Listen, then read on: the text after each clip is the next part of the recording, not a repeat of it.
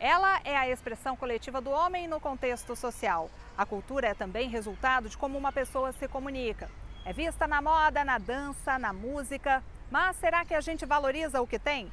O repórter Justiça desta semana vai falar sobre a combinação entre cultura e arte e mostrar o trabalho de brasileiros que aos poucos têm conquistado o mundo.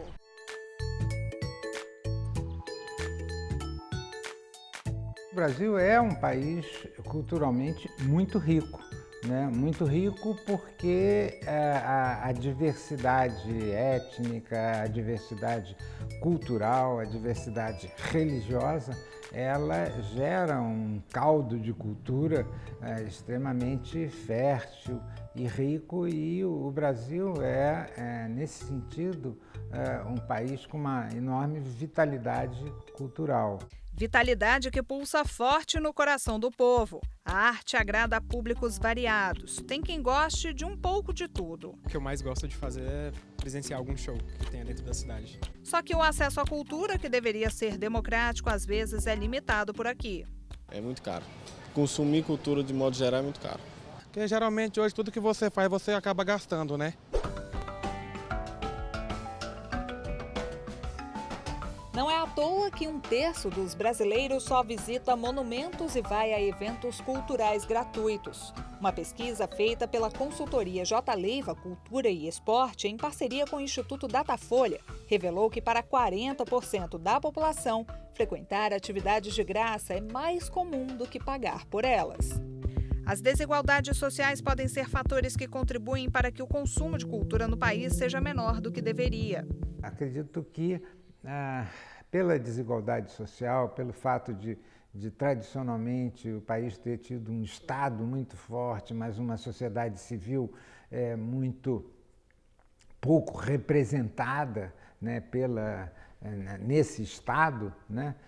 Ou seja, uma enorme desigualdade social, econômica e cultural. Então, eu acredito que muito em função dessa distância entre o cidadão e a sociedade politicamente organizada, que é o Estado, eu acho que, digamos, isso contribuiu para um certo desinteresse da população.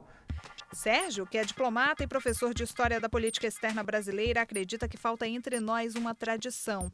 É que o brasileiro não foi educado para valorizar idas ao museu desde cedo, como fazem, por exemplo, os mexicanos.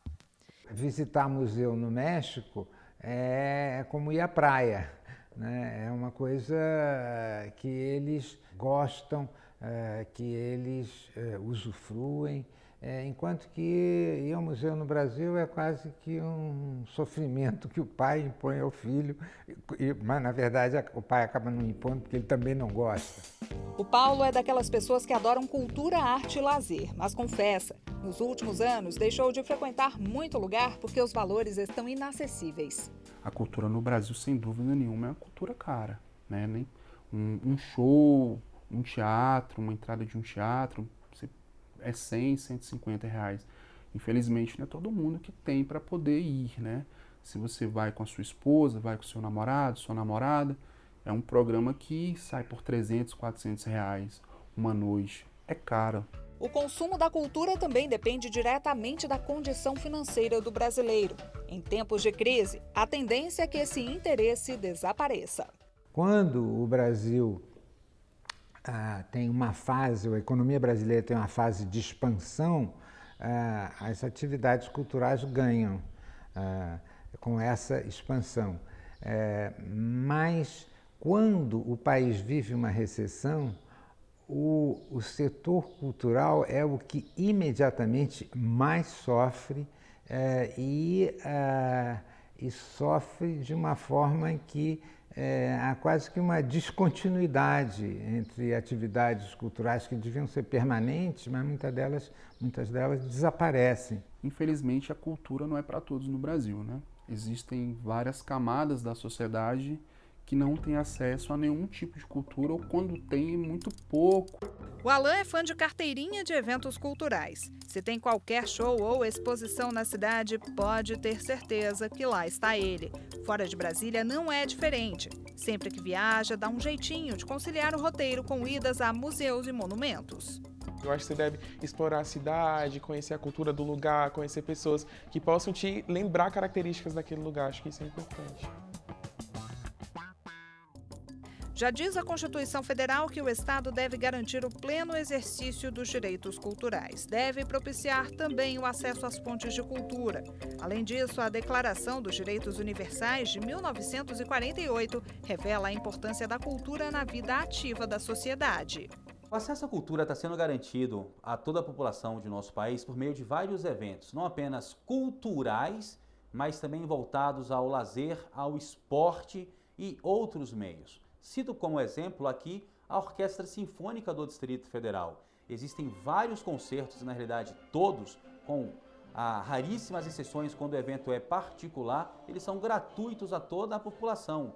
Então, na realidade, o Estado fomenta a cultura por meio de um patrocínio financeiro para que esses eventos sejam divulgados a toda a sociedade, ainda que a sociedade não tenha ciência que esse espetáculo, esse teatro, esse concerto seria a ele otorgado de forma gratuita. Na capital federal, as apresentações da orquestra, fundada no início da década de 80 pelo maestro e músico Cláudio Santoro, podem ser conferidas durante todo o ano. Nós entendemos que é uma missão muito grande nossa de poder levar a cultura e a cultura da música clássica, que não é uma cultura muito tradicional dentro do nosso país. Então, com isso, nesse sentido, os concertos gratuitos e abertos à população são sempre muito prestigiados e são muito bem aceitos. A gente vê que a população gosta muito dessa manifestação cultural e a gente tem ampliado de forma bastante significativa a nossa atuação na cidade.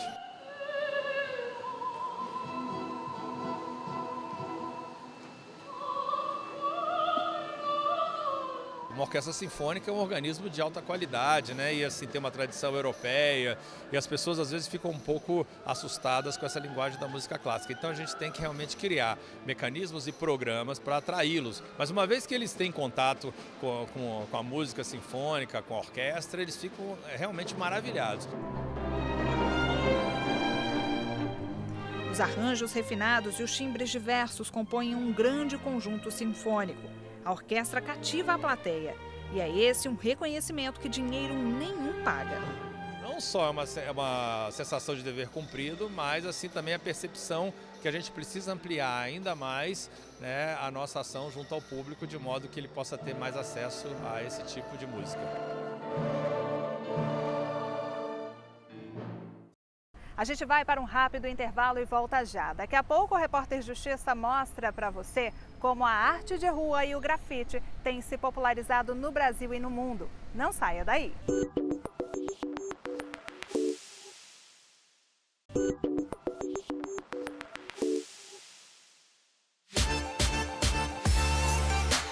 A arte das galerias e grandes museus avança nos espaços urbanos e ganha as ruas.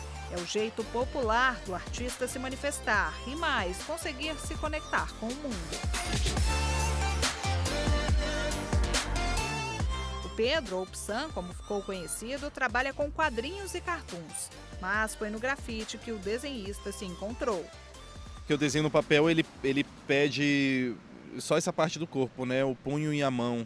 E você fica parado, normalmente sentado, né? E desenhando. E o muro na rua, ele tem uma dimensão, uma escala muito diferente, né? Então você usa o corpo inteiro, é quase uma dança, né? Então ele exige um movimento do corpo inteiro, uma precisão do corpo inteiro. Então o meu pé, o meu tornozelo, né? O meu tronco, tudo está envolvido para eu conseguir fazer a linha do jeito que ela precisa ser feita. Então a experiência é muito, muito diferente.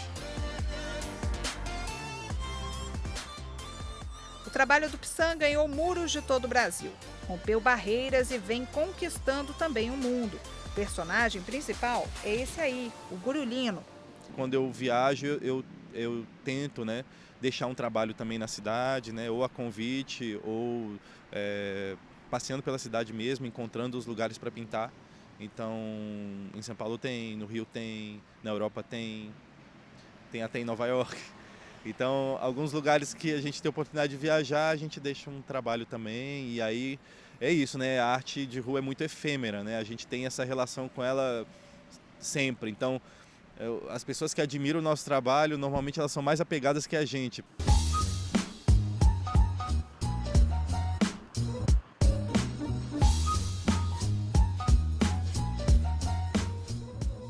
O grafite é uma das várias formas de manifestação cultural.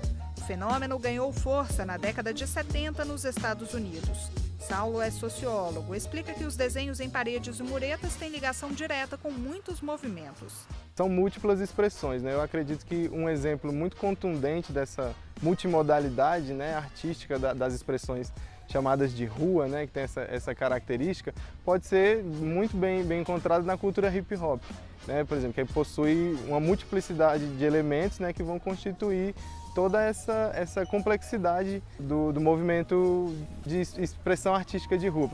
Ela é marcada por uma grande liberdade, né, de forma, uma grande liberdade de expressão.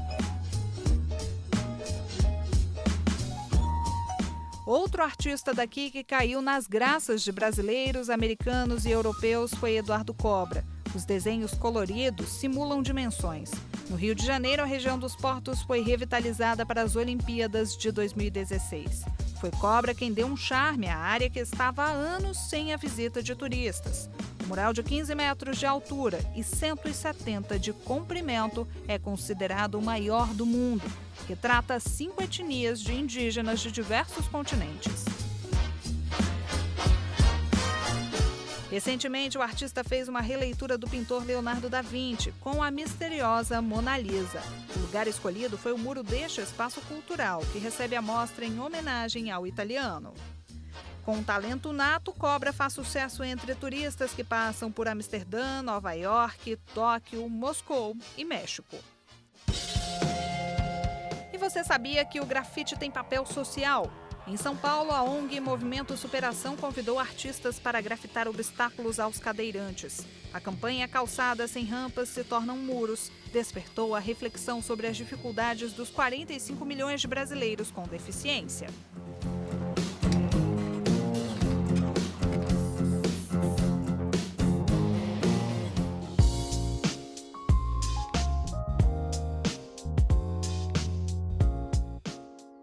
O grafite pode ainda ser inspiração para a área educacional. Hugo conseguiu colocar 20 páginas de literatura infantil assim, num muro.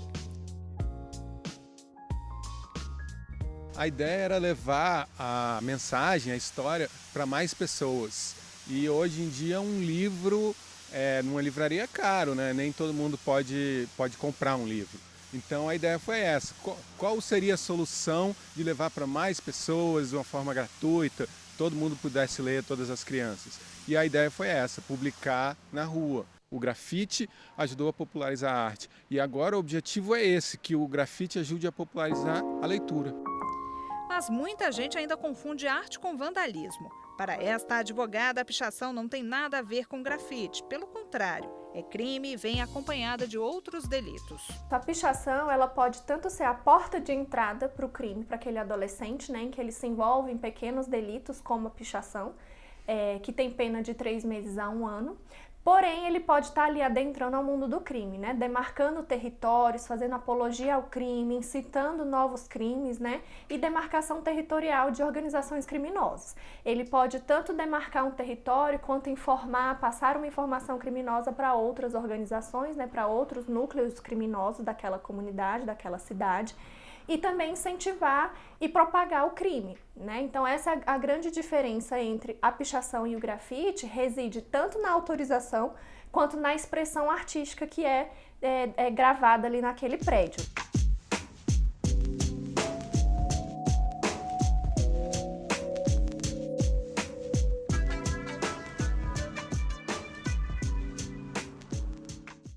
A gente continua falando sobre arte de rua daqui a pouco. Você vai saber quem são as pessoas que garantem parte do sustento da família com esse tipo de trabalho. Não saia daí que o Repórter Justiça volta em instantes.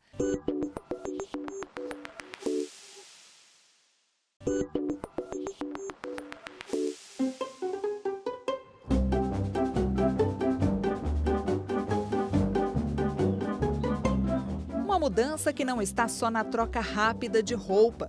Vestida desse jeito aí, a Daiane ganha uma outra personalidade. Aos poucos, vai se transformando na melhor versão dela. Maquiagem pitoresca, bobs no cabelo e lá vem a belisca. A palhacinha não está sozinha, olha só. Ajeita a cabeleira para ficar bonito na imagem, levanta a calçola, coloca os sapatos. Cada detalhe dá vida ao peteleco. O Léo se diverte. E o jeitão atrapalhado e desengonçado do Robson, ou melhor, palhaço canarinho? Foi graças ao ex-seminarista que a família inteira passou a gostar da arte circense. O Henrique não pensou duas vezes antes de seguir os passos do irmão. Foi batizado de Rabisco, é cheio de caras e bocas e volta e meia arrisca umas caricaturas por aí. Com vocês no Repórter Justiça, a trupe Pilombetagem. Dizem que onde tem palhaço tem criança. E não é que elas começaram a aparecer mesmo no picadeiro improvisado? Pode chegando e se aproximando que a brincadeira já vai começar! A história da trupe começou justamente neste parquinho. Aqui o grupo percebeu que faltavam opções culturais para a criançada. Eles resolveram então se vestir de palhaços e trazer alegria e arrancar sorrisos de uma forma bem descontraída. Já são 15 anos com a dupla identidade. Melhor coisa que a artista fez nos últimos tempos. E daí me deu as estribeiras, que aí eu quis reverberar o que tinha dentro de mim e me tornar uma palhaça para levar alegria e para fazer o outro sorrir. E eu descobri que é isso que me faz feliz, fazer o outro sorrir. Pessoas como a Daiane, o Léo, o Robson e o Henrique são artistas de rua. Se apresentam em locais públicos para divulgar o trabalho e levar entretenimento à população. Muitas vezes eles tratam esse tipo de atividade como profissão. Só que ter a arte como ganha-pão não é fácil no país. É bem difícil. Viver de arte ainda é muito difícil. A gente, posso dizer que é impossível viver da arte, né? Além de palhaço, eu sou professor também. Então, viver da arte em si, hoje em dia, realmente é bem complicado, posso dizer. Os quatro têm outras ocupações para complementar a renda. Em comum, tem também o amor pelo que fazem. Eu entrei nesse universo pelo amor à arte e para poder conseguir expressar, dizer e falar o que eu quero, o que eu não conseguiria falar, né? Como uma pessoa, um cidadão comum, mas que somente por meio da arte eu consigo falar, consigo me expressar. E sabe a questão do dinheiro? Se fosse por dinheiro, acho que procuraria outra profissão, né, para ganhar mais dinheiro. Sim, como eu me encantei com a arte do palhaço e hoje em dia eu não consigo fazer outra coisa. E quando eu não brinco o palhaço, eu fico até mal, assim, me sinto, acho que vou adoecer, sabe, se eu não brincar. A arte de rua é marcada pelo caráter público e está à disposição de todo mundo. Mas apesar de ser cada vez mais popular e buscar um viés democrático, ainda é subestimada.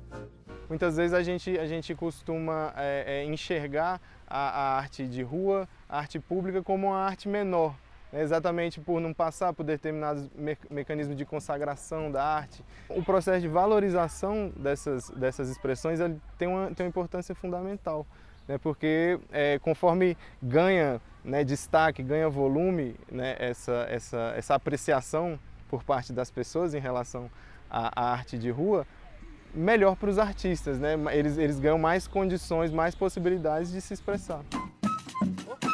É justamente o reconhecimento que move a trupe. A gente, o ser humano em si é muito ligado ao afeto, né, ao carinho. Então, o que me leva a continuar fazendo a arte é o afeto, o carinho das pessoas, o retorno que a gente tem, né, de crianças, que os pais chegam pra gente, minha filha tinha medo de palhaço, agora perdeu o medo por conta de uma interação nossa. Então, isso é extremamente gratificante.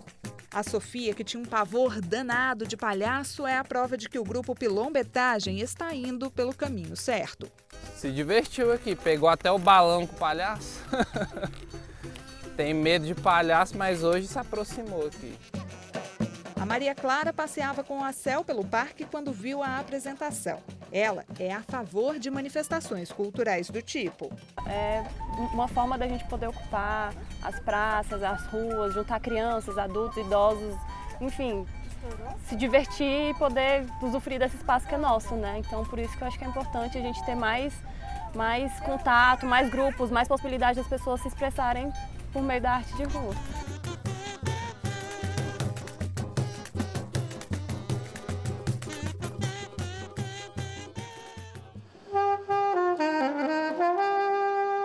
A arte está por todos os cantos mesmo. É aberta a iniciantes e a veteranos como o seu Fabrício.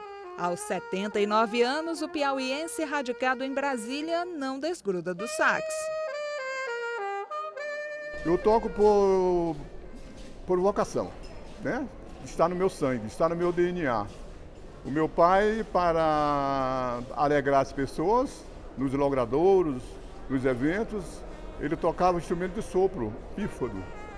E além do instrumento de sopro, ele também tocava viola e era repentista. Entre idas e vindas de passageiros, lá está ele, mas seu Fabrício confessa, ficar nesse meio é desafiador.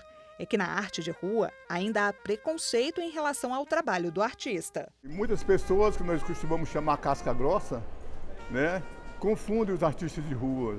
Quer dizer, às vezes pensa que as pessoas pensam que a gente é mendigo, né, que a gente está querendo, nós queremos muito a felicidade das pessoas.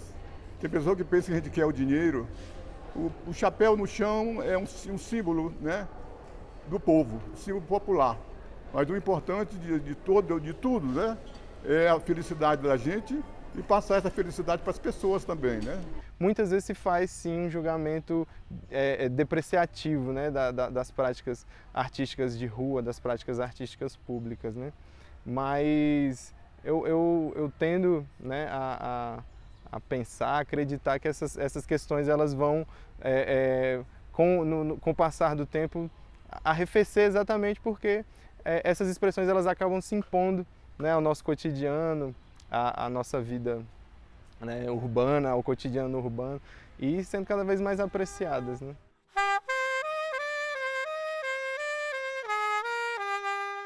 De segunda a sexta, seu Fabrício leva música e cultura pelas estações de Brasília. E sabe que toca o coração de muita gente. Um dia uma moça chegou perto de mim, me beijou, me abraçou, chorou.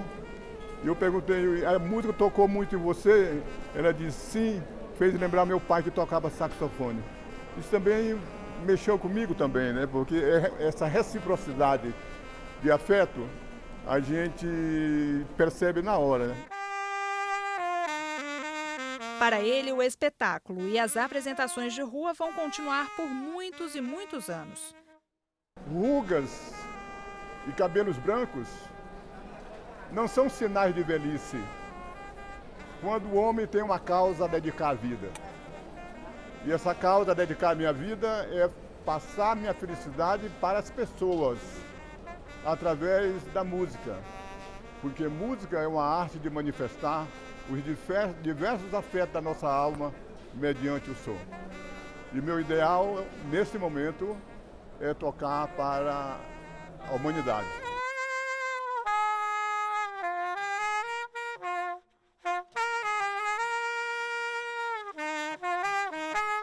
O Repórter Justiça desta semana fica por aqui. Você pode rever esse e outros programas na nossa página no YouTube, TV Justiça Oficial. Quer enviar uma sugestão de reportagem especial? Basta mandar um e-mail para reporterjustiça@stf.jus.br. Obrigada pela companhia de sempre e até mais.